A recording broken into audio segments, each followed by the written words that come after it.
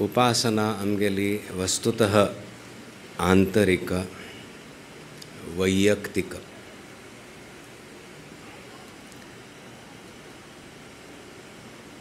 एक लक्ष दिल्या म्हळ्यार ह्या जिवनांतूंची देवाल दर्शन जावं काय इत्यादी म्हणून आंतरिक जालें नवें.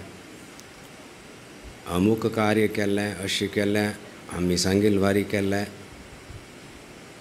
ताजें फळ मुखार तुमकां मेळटलें म्हणून तशी एक वस्तुतः आमगेल्या संप्रदायांतू परंपरेंतू दिना ती. मुखारी म्हणचे भितर पुनरपि जननम पुनरपि मरणम परत सूर जाता कल भरोसा हांगाच आमकां.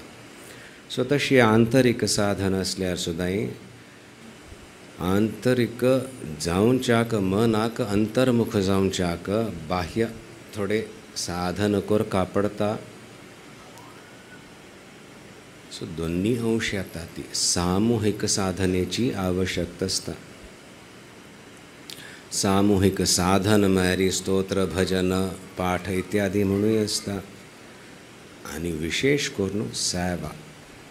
सेवा एकांतांतूय जाता जाल्यार वस्तुतः सामुहिक मेळ न्हू केन्ना सेवा करता ती तवळ त्या घर्शणेंतू कल मालिन्य स्थिती पयली प्रकट जाता आनी मागीर हगूर हगूर वता.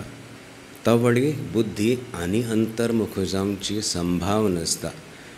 ते घेवन बसल्यार कले जायना. शुद्धीकरण जावं का म्हळ्यार अशुद्धशील सोडचें थंय येवंका मागीर कल शुद्ध आसा तें प्रकट जाता ताजे दिकान आमगेलें लक्ष वता. सो तशी आमगेली ही एक विलक्षण साधना समाजांतू आमकां मस्त अभिमान आसा करता आसत लोक.